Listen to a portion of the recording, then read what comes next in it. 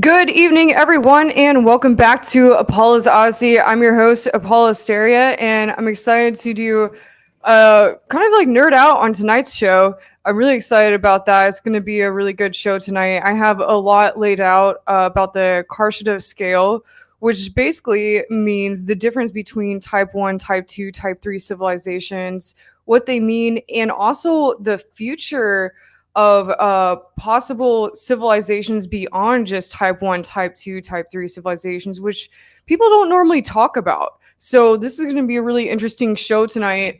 I have a lot laid out for you all to pull up on tonight's live. And also I have I know I just did a show yesterday on Spaced Out Radio, which was really awesome. I don't know if I have any new subscribers on here that saw me on the show yesterday. If you're on here after watching the show yesterday, then welcome to my show. It was a really good show yesterday, so if you didn't see it, definitely go check that out. That's on Spaced Out Radio on YouTube. Really enjoyed that and would definitely love to go back on his show at some point. So I have a lot planned out for tonight's show. I don't know if I'll be doing a show next Wednesday, as I may be in Greece at that point, or I'll most likely be there at that point. So we'll see. I may do some lives before then. So if not, it will be a couple weeks or so, maybe. So we'll see here.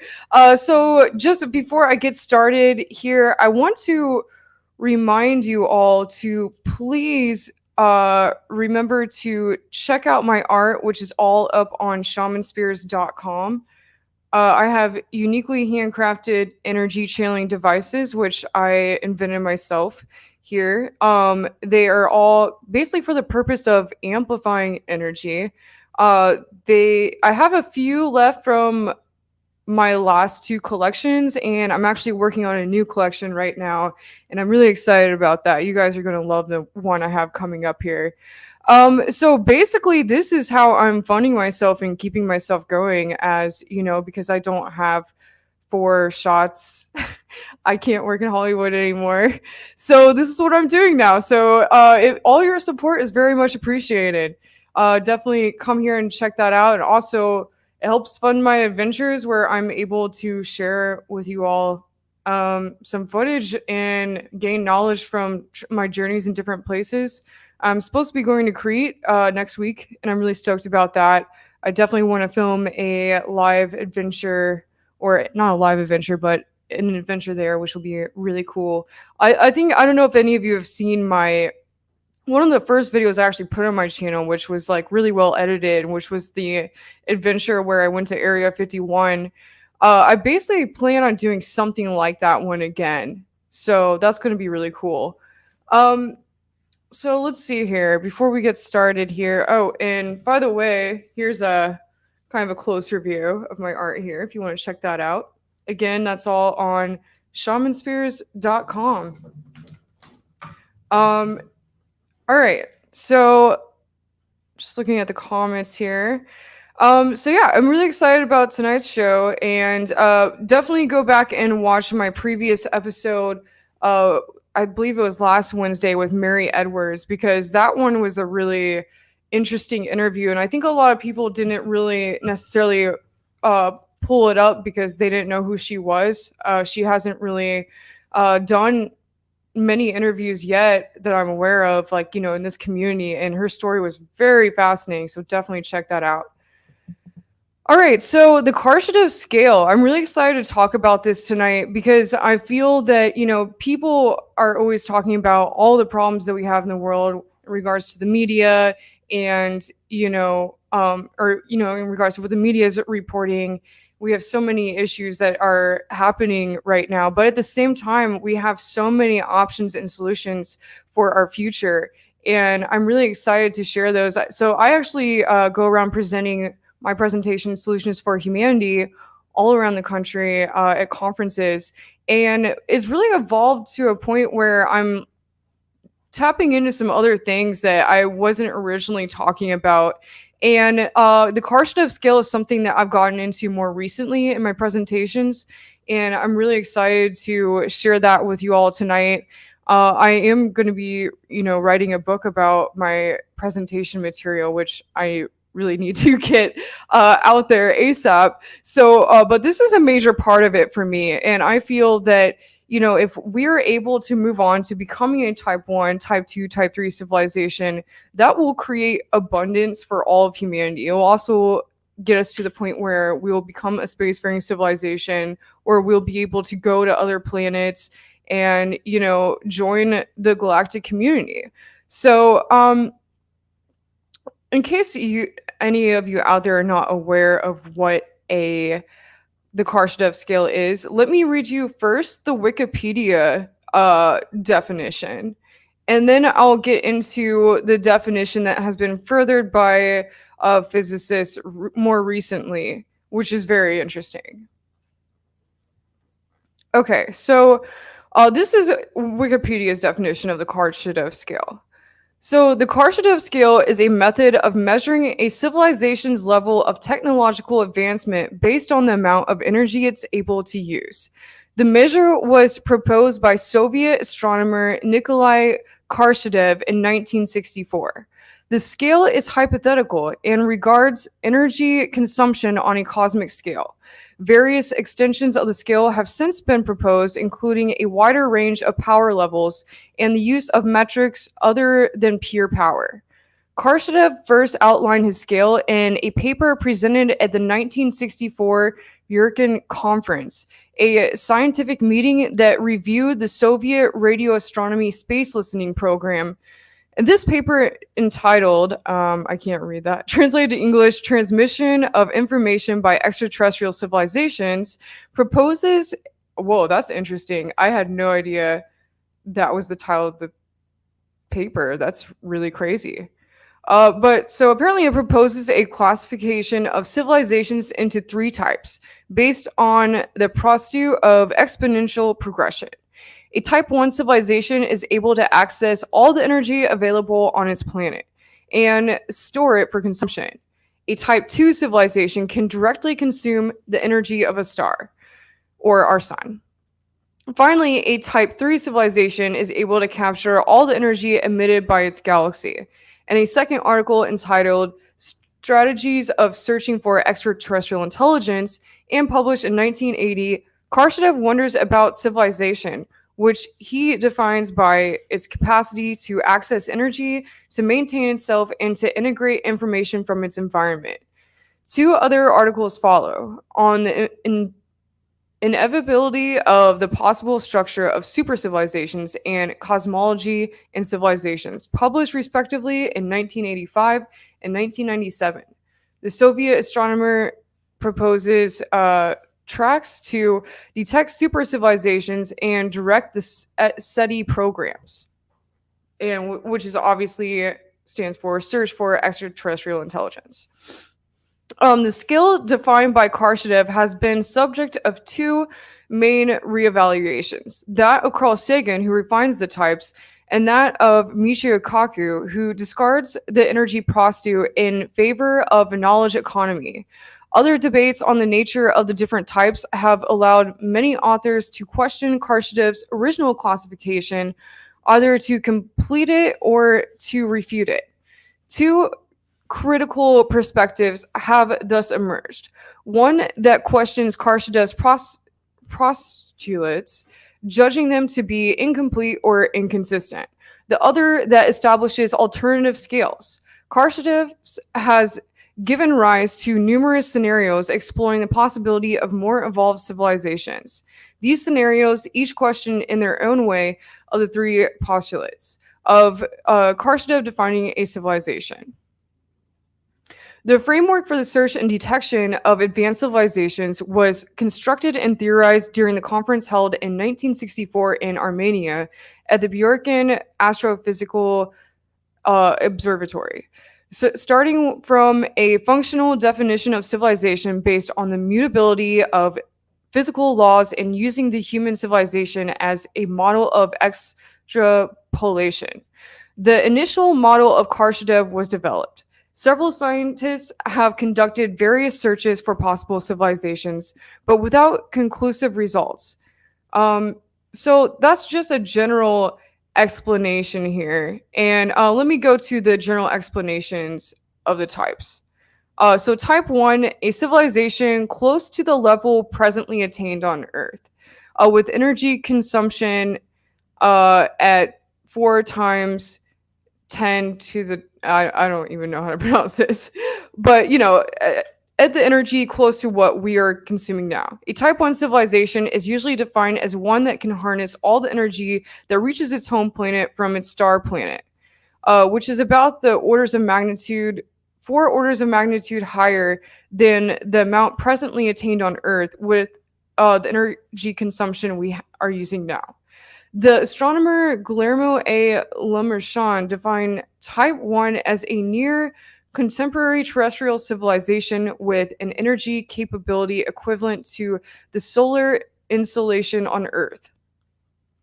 A Type 2 civilization capable of harnessing the energy radiated by its own star.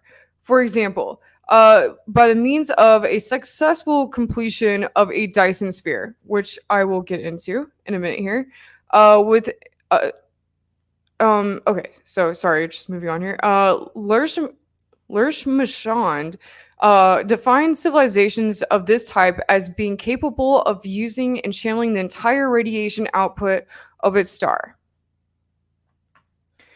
So, that would basically be the sun for us, obviously.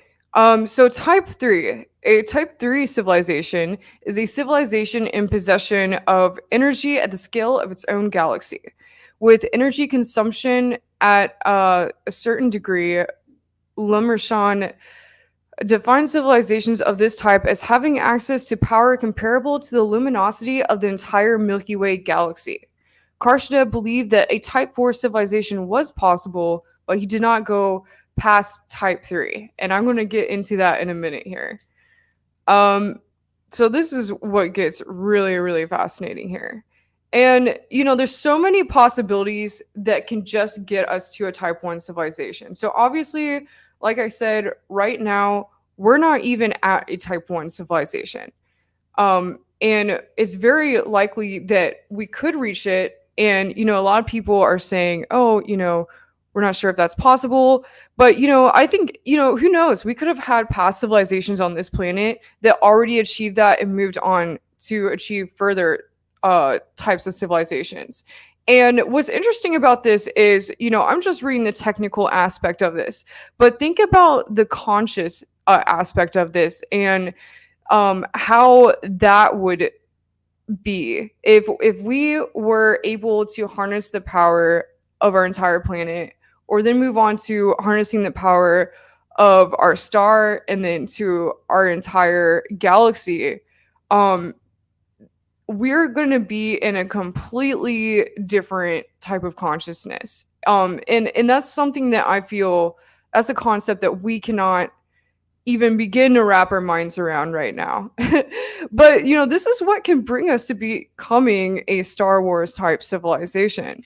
So I'm going to get into, first, before I get into the further types of civilizations that are possible, I want to start with mentioning the Dyson sphere, what that is, and how that, or no, actually, first I'm going to start with how we can have a global energy grid on our planet right now. And this is something I actually always talk about in my presentation, Solutions for Humanity. I guess I'll briefly cover it before pulling up an article here. And so my theory on this, and I think this has already been done on the planet before, is that we could easily become a type 1 civilization if we restored all the global energy grid that was originally on the planet, which is the pyramids. So just hear me out here. I know that sounds like a crazy endeavor, but we have pyramids on every continent all around the planet right now. So imagine if we were able to restore those pyramids. So all these pyramids can be used. If you fly over Egypt and you look down the pyramids of Giza, which I've done before, it looks like a circuit board from above. There are many researchers out there, and one of them especially, or scientists, one of them in particular, Nikola Tesla, who have talked about how the pyramids can be used for energy, very similar to like the Wardenclyffe Tower or Tesla type technology.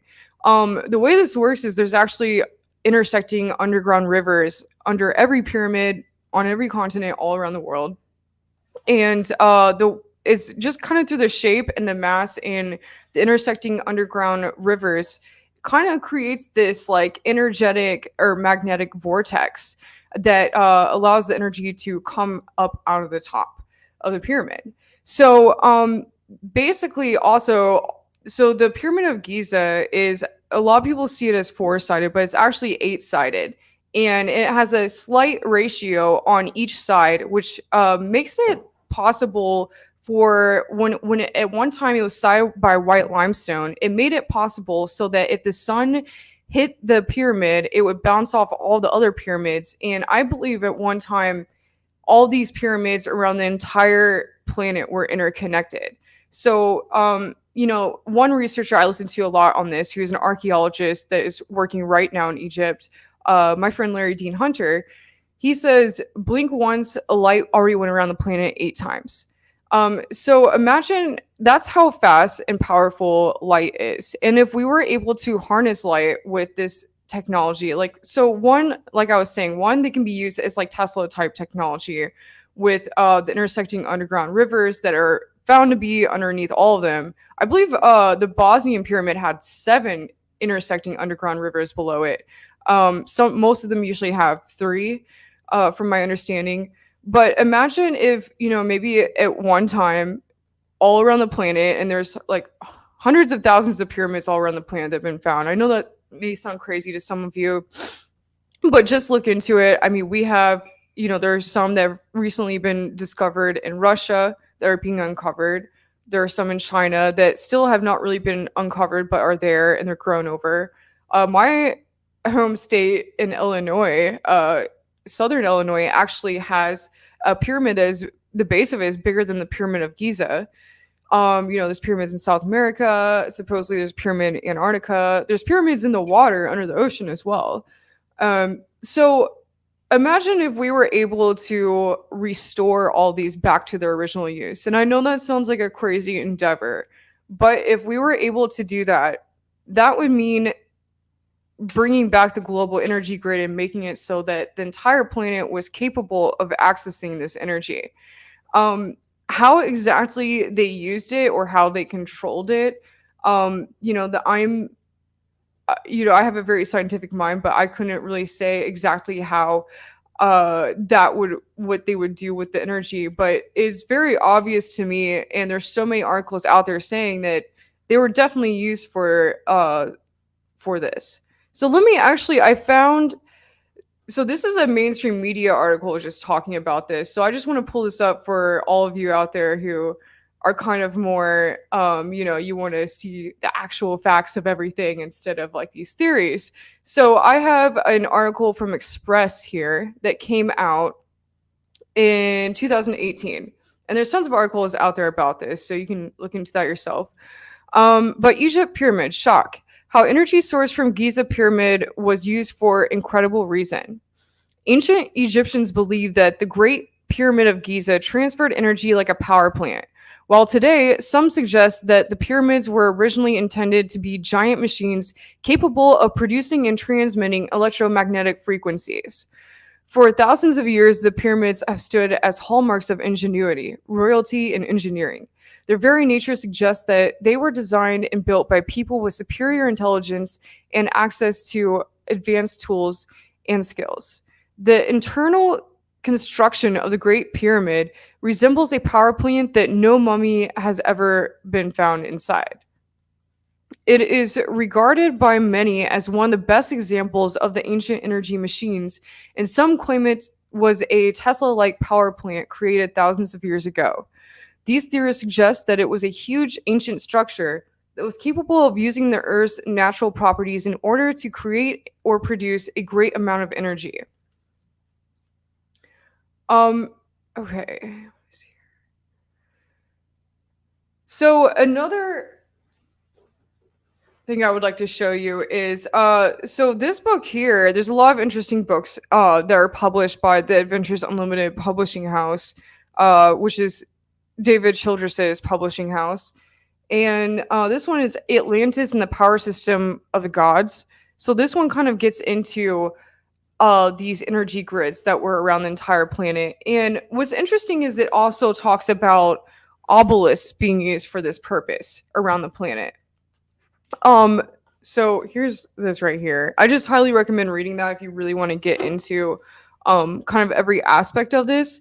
But I want to say first, before I continue with the global energy grid part, that I wanted to share kind of what I had been learning in different books I've read about this, about the crystal obelisk being used for this as well.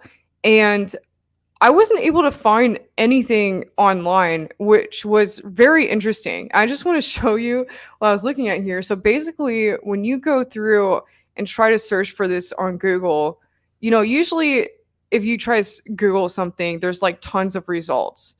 But for some reason here, it wouldn't even show like anything. It only showed three pages of results, which to me shows that is something that they don't want us to know.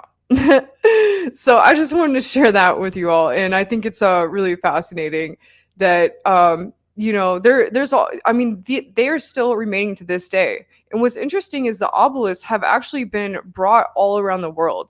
All the original obelisks that were in Egypt. I had this kind of thing when I was out there. I was joking like, save the obelisks. Like, why are they being brought to these other places? And there's a lot of different theories on this and why this was taking place. I know a lot of people have talked about darker agendas with this, which is interesting. But okay, so I would just want to get into the Earth energy grid as well before I move on here with everything. So this is an interesting article by projectyourself.com. So our planet is unique. So far, Earth is the only planet capable of sustaining life in our solar system that we know of. I don't. Yeah, I'm just reading the article here, so I'm not claiming this is true. But what makes it more unique is the megalithic monuments that are scattered across the globe. Places connected with straight lines where advanced forms of geometry are found, mathematical equations carved into stone in several sites around the planet. These are just some of the phenomena that are being discovered even today. Why were the pyramids of Egypt built? How did ancient Egyptians manage to place the Great Pyramid of Giza in the exact center of all landmass on Earth? The east-west parallel that crosses the most land and the north-south meridian that crosses the most land intersect in two places on Earth, one in the ocean and the other on the Great Pyramid. How was this possible without the ability to fly, without the ability to know how the world's landmass looked at that time? The pyramids, specifically at Giza, are an amazing achievement of several sciences together: geometry, physics, and mathematics combined. For example, the weight of the Great Pyramid of Giza is estimated at... Okay, so I want to skip this here. So cultures all over the world were connected in a global phenomena. So many religious sites that look as if it was a construction process on a global scale, as if every single culture on the planet felt the need to place the monuments such as pyramids, Stonehenge, Tawan, and other incredible places in specific locations. What these ancient civilizations did was create a pattern that we today are identifying and connecting.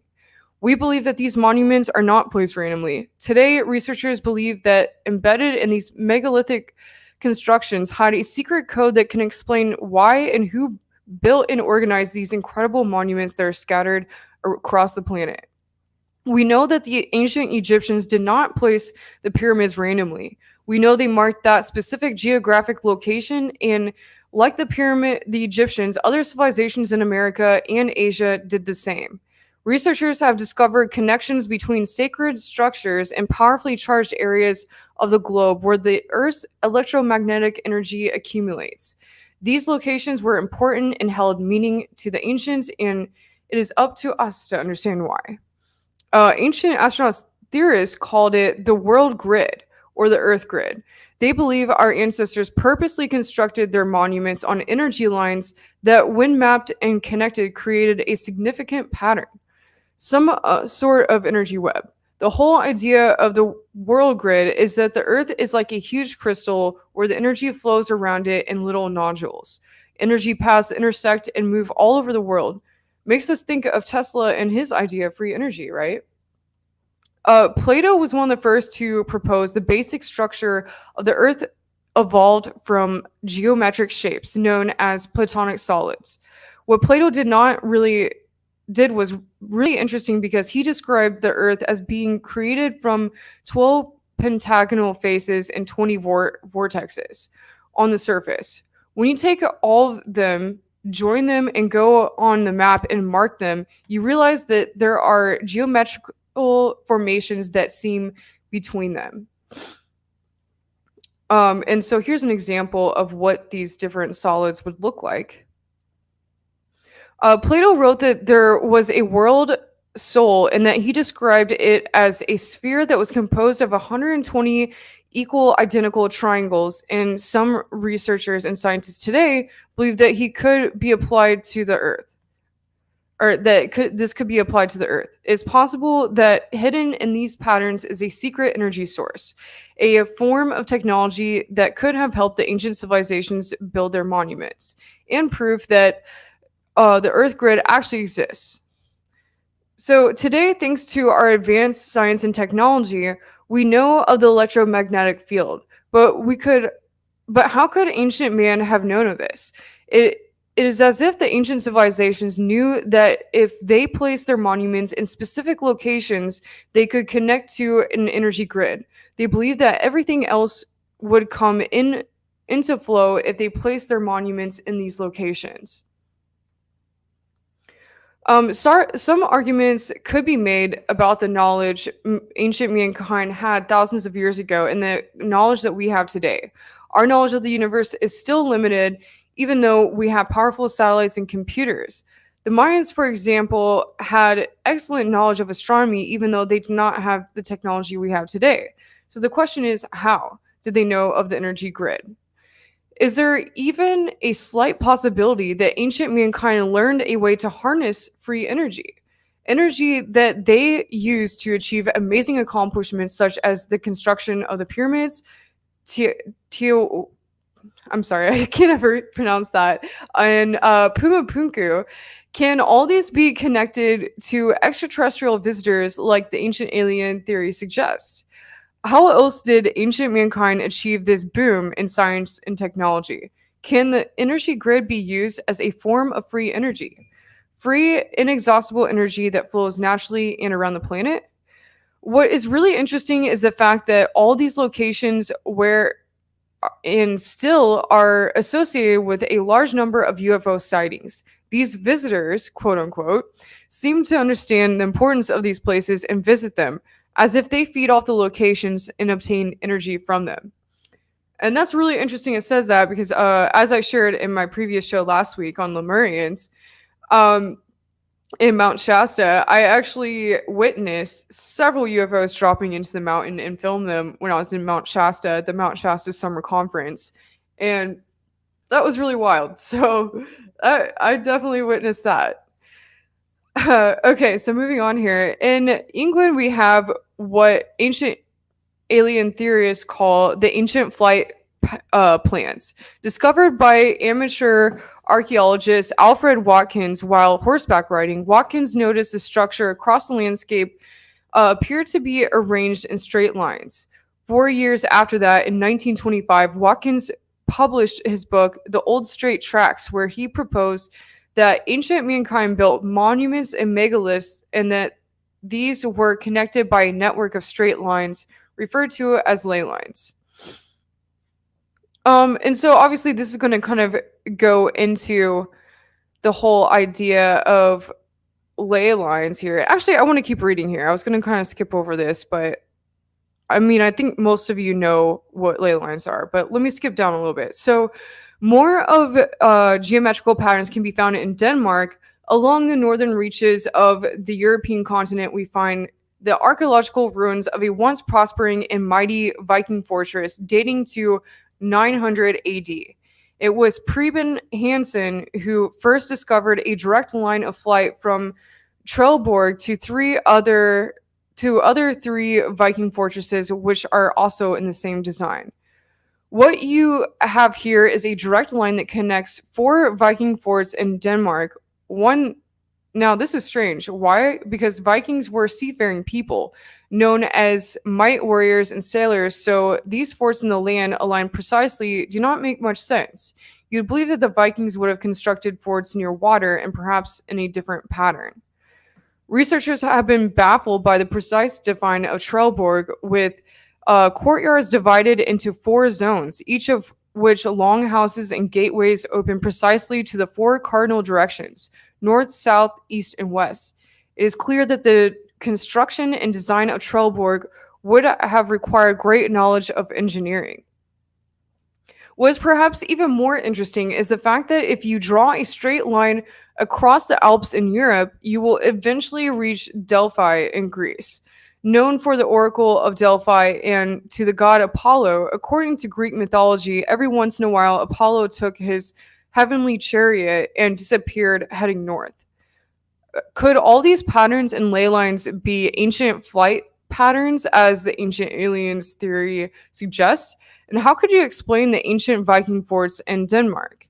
Or the Oracle of Delphi, which also leads to the pyramids of Egypt?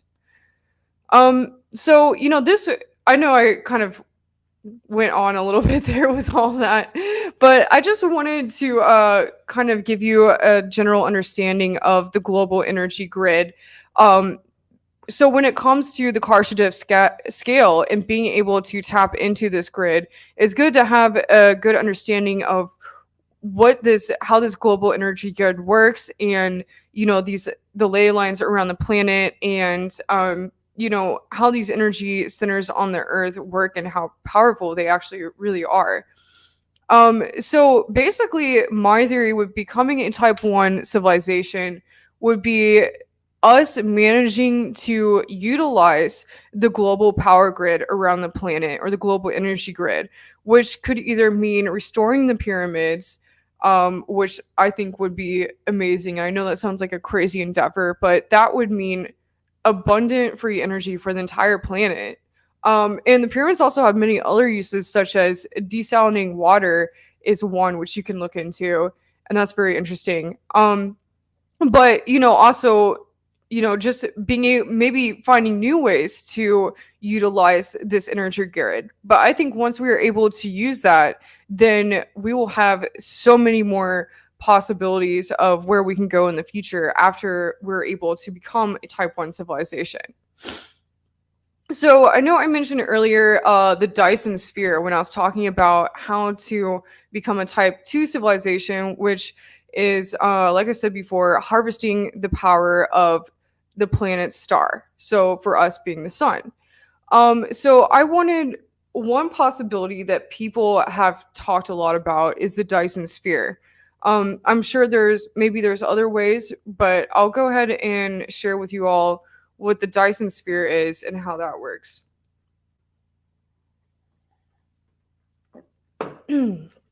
So a Dyson sphere harvests the energy of the stars. Earth's biggest construction project. What if humans could harness all of the sun's energy? What if extraterrestrial civilizations have already learned to harvest the energy of the stars? In 1960, physicist and astronomer Freeman J. Dyson proposed to use orbiting star collectors to accomplish this mind boggling feat. He first explored it as a thought experiment. Nowadays, we call these giant megastructures by the name of Dyson spheres. Some astronomers want to search for them. We've never seen a Dyson sphere. The idea still exists in the world of thought alone. It is all started with Dyson's two-page paper in the journal Science in 1960. The title was Search for Artificial Stellar Sources of Infrared Radiation. Dyson imagined a solar system sized power collection structure as a technology that would be inevitable for advanced civilizations in the universe. He proposed that searching for evidence of the existence of such structures might lead to the discovery of intelligent life in the galaxy. So, the mystery of Tabby's star. In recent years, astronomers explored a true to life possibility of a Dyson sphere. It involved a bizarre star labeled as KIC 8462852, and more popularly, Tabby's star. The nomenclature comes from the discoverer Tabitha Boyajian. This star's light is strange. Astronomers originally thought the star's light might indicate a Dyson sphere. The idea has since been discarded, but the talk about the star while astronomers were discussing it was fascinating.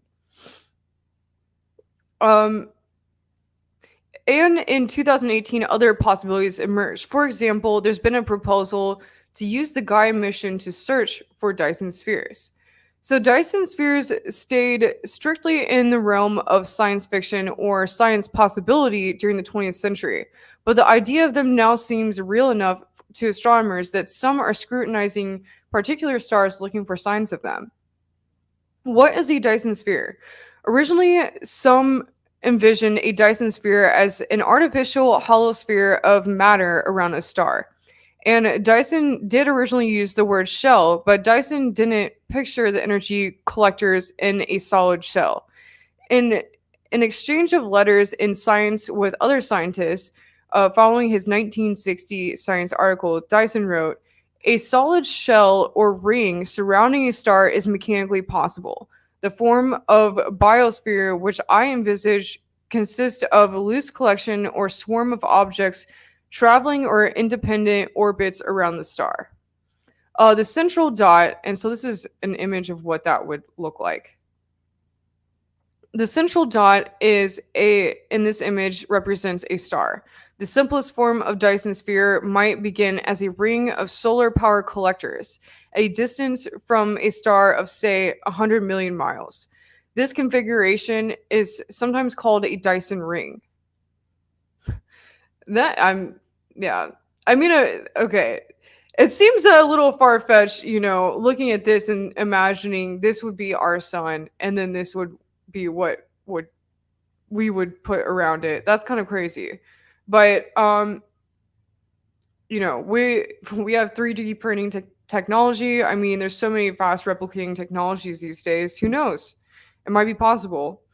So as time passed, a civilization might continue to add Dyson rings to the space around its star, creating a relatively simple but incredibly powerful Dyson sphere. So here's what that would look like with adding more rings. So the website Scientist Developments describes the Dyson sphere in this way. It would consist of a shell of solar collectors or habitats around the star. With this model, all or at least a significant amount of the world energy would hit a receiving surface where it can be used. Dyson speculated that such structures would be the logical consequence of the long-term survival and escalating energy needs of a technological civilization. And of course, science fiction writers have had a field day writing about Dyson spheres. Dyson himself admitted he borrowed from science fiction. Afterwards, he created his technical exploration of the idea of a megastructure gathering energy from its star. Olaf Stapledon first mentioned this idea in 1937 science fiction novel Star Maker. Dyson apparently read Stapleton's book and used it for inspiration. So here's another idea. So eventually, as civilization evolves, aided by boundless energy gathered from a star, its surrounding Dyson sphere will surely evolve as well in ways that are hard to predict. So that's really fascinating. So check this out. Kind of looks like a Death Star. That's kind of weird. Um, so man, I just find this so fascinating. And what's interesting to me and what comes to mind for me when reading this is that I've been presenting not only this but also different types of space habitats, which are now being worked on by NASA and Blue Origin, these different companies. And it's interesting because with a lot of these ideas, it always tends to be like sci-fi writers that will come up with them first, and then like NASA or whatever agency will come in and realize, hey, we might actually be able to do this, and they start working on them. So it's really interesting. So that's basically what they're saying happened with this, and I find that really fascinating. Okay, but moving on here, have extraterrestrials built Dyson spheres? What what might astronomers look for in search for evidence of Dyson spheres? Even before the discovery of Tabby's star, astronomers have felt frustrated by decades of seeking radio signals from intelligent civilizations beyond Earth and not finding any. And so a few astronomers in 2013 were contemplating a new search strategy. Consider that if a system of solar power collectors, a megastructure, were put in place around a star, the star's light would be altered. The solar collectors would absorb and radiate energy or re-radiate energy from the star. Astronomers have spoken of seeking that re-radiated energy. Stephen Battersby at New Scientist wrote a great article about how astronomers search for Dyson spheres using re-radiated energy, released in April 2013. The article is available by subscription only. Okay, blah, blah, blah. Here, let me move on here. Okay. So that's a Dyson sphere. So that would be our way of harvesting the power of the sun. So I want to show you all exactly, how these different steps can be done and how we can move forward with things here. Sorry, refocusing my camera here. Okay, sorry, just reading the comments here. Okay, so I want to move on to the most fascinating part of this today, which is that there are actually more than 3 types of civilizations talked about, and this gets very fascinating. So I want to share this with you all, and so I'm going to go back over the first 3 types of civilizations the way this article describes it, and then I want to end today with the possibility of another 3 types of civilizations beyond. So 6 types of civilizations. So the Karshadev scale, the 6 levels of civilization. What happens at level 6 civilization? Do humans become gods? Okay, so I'm gonna skip over that because I already read that. Obviously, it talks about Karshadev, which I talked about at the beginning of the show. And obviously that our planet is still a 0 level civilization. So moving on, and I'm gonna re-explain to you all the first 3 types of civilizations, but then move on to the next ones. So again, type 1, at the first level, humans will learn to extract energy from everything on the planet. Currently, the civilization of type 1 is usually defined as one that can harness all the energy that falls on a planet from its parent star. We'll be able to control earthquakes, tsunamis, and even the gravitational force. We will be able to generate electricity from almost everything on the planet. Humans will finally stop extracting minerals from Earth's interior and become fully eco-friendly, which would be amazing. I hope we can do that soon. And so obviously this shows the Dyson sphere here. So type 2, at the second level, humans will be able to subdue the energy of the sun and the entire solar system. We already have a plan for this. And then obviously that gets into the Dyson sphere. So its main purpose will be to extract energy from a central star. What would this much energy mean for a species? Well, nothing known to science could wipe out a Type 2 civilization. Take, for instance, if humans survived long enough to reach this status, and a moon sized object entered our solar system on a collision course with our planet, we'd have the ability to vaporize it out of existence. Humanity will be scattered to all our neighbors of the solar system. People will be able to make interplanetary quick trips to meet their friends and family. Wouldn't that be freaking amazing? I just want that to be like our reality right now. I think that'd be so amazing. It's like people, this is why I want to share this tonight because I just feel like, people are just so like down about everything that's happening on the planet right now. And it's like we have so many solutions. There's so much we can do.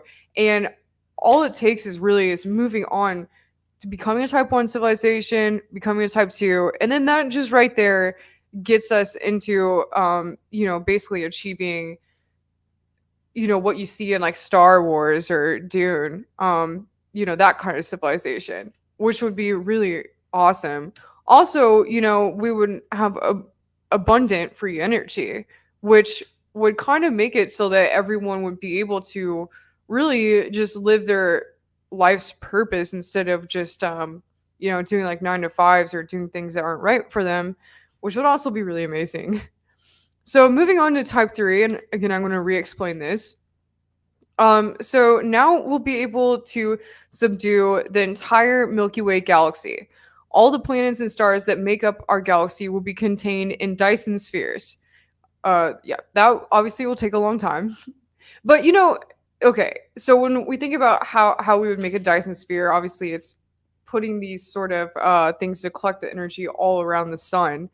And that seems like a really, really crazy endeavor. But I mean, we have so many kind of so much technology now that can kind of replicate things quickly that it might not be too far out of the spectrum of what we can do, especially if we start mining asteroids for other materials. I think it would make this pretty easy to manage. So all the planets and stars that would make up our galaxy will be contained in Dyson spheres. Humans will extract and harness all the energy in our galaxy, and we will become the true masters.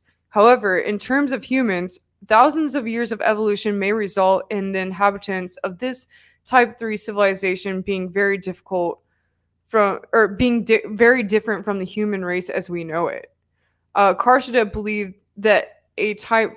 Okay, so I mean, just take a second to think about that. Okay, so this is obviously thousands of years beyond where we're at now. Unless we can do this faster, unless we can manage it faster, this would obviously be a multi-generational project. So I've looked into other articles of this, and it says that it's possible that when we get to that point, if we're able to evolve to a Type 3 civilization, we may no longer be in our physical bodies. I've seen different theorists talk about this, and it doesn't really talk about this in this article, but different people have theorized that maybe type 1 or type 2 would mean us merging with machines, which I don't agree with, but then that type 3 would mean us kind of moving into becoming light bodies, which is really interesting. But actually, like Michio Kaku and different theorists have actually talked about this. So I just want to go ahead and say that before I move on here. That's just something to think about. It's really weird, but so moving on here, Karshedev believed that a Type 4 civilization was possible, so he did not go past Type 3. However, the Karshedev scale was further expanded by science fiction writer Helge Kautz. He added several more levels to the original classification. So level 4. Now for level 4, energy will be accumulated from each galactic supercluster. Each galaxy will be in a Dyson sphere, and this civilization would be supergalactic, able to travel throughout the entire universe and consume the energy output of several galaxies. At Type 4, a civilization would be able to tap into energy sources unknown to us using strange or currently unknown laws of physics. And, this article really gets into the Dyson spheres, but I think there are other ways beyond that. I think by the time we get to a type 3 civilization, we won't even be working with things in a physical manner. I think things will be we can't even conceive of what that would be like, basically is what I'm saying. So type 5. At level 5, humans will be able to collect energy from the whole universe. Each micron will be harnessed to get energy. This apparently infinite amount of energy will not only be cultivated, but it will also be used to change the laws of physics. That's wild.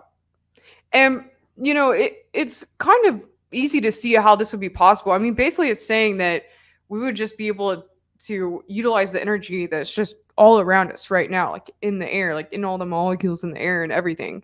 Um, which I feel that honestly, like science should be able to figure out. I mean, if look at what they're doing at CERN, they're able to look into, I mean, we're already able to, you know, snap an atom and turn it into a bomb. Like, I'm sure there's ways of figuring out how to use energy, of just the particles that are, the energy that's around us in a way that isn't destructive but actually really great for us to use. So I don't know, like that might even be something that we might figure out before the other levels. In my opinion, I think it could actually be very possible for us to make some sort of like cosmic combustor type device. So who knows? So let's see here. So type 6. The final level seems even unrealistic and bigger than any science fiction movie. The incredibility can be understood by the fact that humans will be able to light the stars. The type 6 will exist outside of time and space, and humans will be capable of creating universes and multiverses and destroying them just as easily. Humanity will be able to control anything and everything. At this stage, we will practically be gods. But okay. So yeah, and then it just goes on here. But and I've read a lot more. I think I had another article on this that would have been a bit better to get into with the end part there. So there's different people have theorized what the last three would be like. And it's interesting because I mean, what if there were already civilizations that were here on Earth that already passed this? Like maybe they already evolved to a point, like millions or even billions of years ago, and they evolved to a point where they were able to just go off planet, and then they eventually basically went all the way to type 6 and became gods. It could be possible, and it's very possible that other ET races have done this. And I think what I'm reading here, this is like a human trying to conceive of what it would mean to do this in a very human mind. But I think there are a lot of other more metaphysical aspects to this that goes into this as well that isn't necessarily physical. All right. So, yeah, I think that's about everything I had to share tonight. Yeah, pretty interesting stuff. And it's going to be a really awesome to get into this more. So I'm actually doing a lot of research on all this for my presentation now, and it's really exciting for me. And the more I learn about this, and like I said, the more I evolve my presentation, the wilder it gets. And I'm really having a lot of fun with it. And it's kind of getting to the point where it's like, okay, I really need to get book together. So I'm excited about that. Definitely plan on getting that to you. Well, I've already started on it, but I just have to basically fill in all the chapters. I have it all together. So hopefully I can get that done maybe by the end of this year or next year. So we'll see. But thanks everyone for joining me tonight. And again, before I leave here, I want to share with you all my art, which is at shamanspears.com. This is how I fund myself and keep myself going. I'm actually going on a trip to Greece in a week, so if you want to help me fund my adventure, would be much appreciated. Just purchase some art from me and I will ship it out. I do next day shipping on all orders. So I'll get that to you right away. I have these uniquely handcrafted energy channeling devices, which I invented myself for amplifying energy. I have quite a few really awesome ones left here. I highly recommend this one and this one right here. These ones are pretty sweet. Um, yeah, they're all filled with copper coils, crystals, magnets, sand I collect from sacred places around the world down the insides. And they're all autographed by yours truly, and they're all painted with crop circles that have been found around the world. And here's an example right here, if you'd like to check that out. This is one of my favorite ones I have up there right now. I have this actually here with me because I was talking about it on my show yesterday. Not my show, but on Space Out Radio yesterday. So if you haven't seen my show on Space Out Radio yesterday, or Dave interviewing me there, definitely check that out. It was a really fun show. Sorry I didn't really get to go back and listen to all of your comments because I was just kind of going on a spiel here, reading all these articles. So thanks everyone for joining me tonight. And I'm not sure if I'll have a show next Monday. It depends.